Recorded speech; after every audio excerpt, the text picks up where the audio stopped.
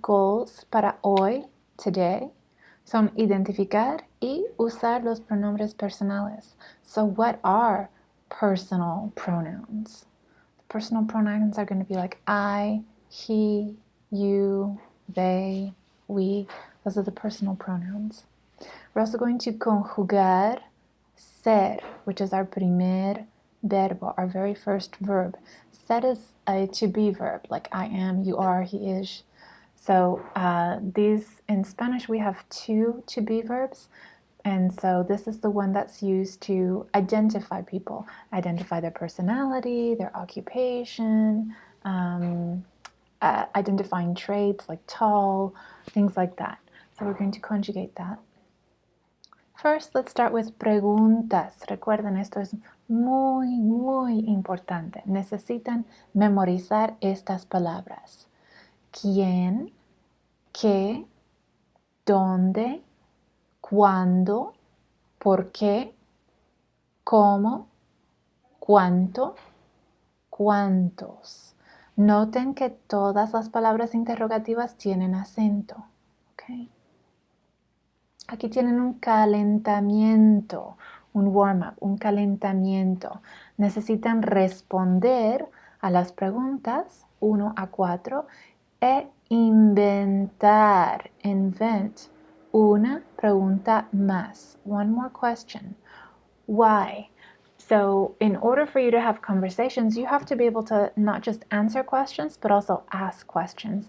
And historically, it tends to be a challenge for language learners to create questions. And so we are really going to focus on developing that skill so that you can have conversations. You need it, right? If all you can do is answer, you're not going to get very far. You need to be able to ask questions. So go ahead and answer these. They don't have to be in complete sentences. Just give me, your one-word answer. That's fine for now. We got to start somewhere, right? So one-word answers are fine. I'm going to read the questions just so for the sake of pronunciation, but I'm not going to give you sample answers to these. Número 1. ¿Cuál es su número de teléfono? ¿Cuál es el día más difícil para usted? ¿Cómo son sus lunes?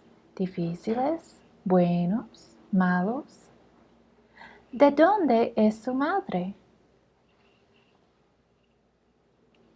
Los colores. Vamos a repasar, review los colores. ¿Qué dos colores forman el rosado? ¿Qué colores forman el morado? ¿Qué colores forman el anaranjado? ¿Qué colores forman amarillo y azul? Remember primary and secondary colors. Amarillo, azul, what color do they form? ¿Qué colores forman blanco y negro? Go ahead and pause, answer, and then I'll go over the answers with you. Rojo y blanco forman rosado. Rojo y azul forman morado o púrpura o violeta. Remember, morado has several names. Verde y amarillo forman anaranjado. Amarillo y azul forman verde. Blanco y negro forman gris. Los días de la semana. ¿Cuál es la diferencia? Los miércoles hay exámenes y el miércoles hay examen. What's the difference between having a plural article and a singular article? Remember?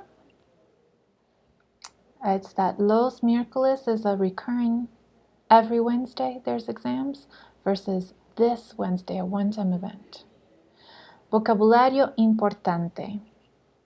Hoy, ayer, mañana. Estas son palabras esenciales, son importantes. Hoy, ¿qué significa hoy? We already saw it in this lesson. Do you remember? Hoy is today. Ayer, yesterday. Mañana, tomorrow. Pasado mañana, day after tomorrow. La semana pasada, last week. La semana que viene, next week or the coming week. El fin de semana, the end of the week, the weekend. Este lunes, this Monday. Esta semana, this week. Este mes, this month. So now we're going to work with the personal pronouns. Here's a chart in English. I, you, he, she, we, you. This is the you all, this is the plural, and this is they. Notice something about how the charts are set up. This side is all singular. This column is all plural. This is first person. That means you are involved. Second person, you're speaking to another person. Third person, you're speaking about. In general, because unfortunately, in order to create formality, you have to create distance. And so the usted, which is the formal you, drops a level. It's second person, but it drops down to the conjugation of the third person in order to create the respect. So let's go over how to pronounce these. Yo is I, or some people will pronounce it yo. It's not yo, it's yo or yo. Remember short tense vowels. Tu needs an accent mark when it means you, because without the accent mark it changes meaning. Él, which is he. Ella or ella, she. This is definitely not Ella, okay? It's not a girl's name. It's ella or ella. Usted, which is you formal, like you sir or you ma'am. It's how you would address a boss or a supervisor. Nosotros is either a mixed or exclusively male we group. So you and men. So it doesn't matter if you are a man or a woman. You and, sorry, it doesn't even have to be everybody else be men. It's you and other people. So if you're a lady and everybody else is a man, it doesn't matter. We default to the masculine form. If you are a man and everybody else with you is a man, you're going to use nosotros. If you're a mixed group, men and women, it's going to be nosotros.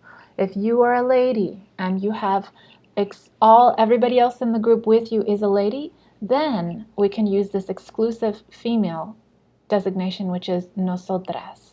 It only happens if the group is 100% female and you are in the group. Nosotras.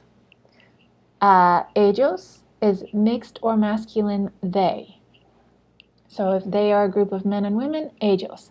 If they are a group of 1 woman and 5 men, it's still ellos.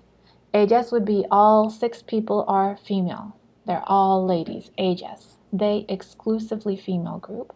Ustedes is you all, and I won't even try to say it like the Texans say it, but it's that group, you all. It's you speaking directly to a group, ustedes. So I, you, he, she, you formal. We mixed or masculine group. We exclusively female group. They mixed or masculine group. They exclusively female group. And you all. Doesn't matter who's in that group. So let's go ahead and pause and I'll continue on the next video.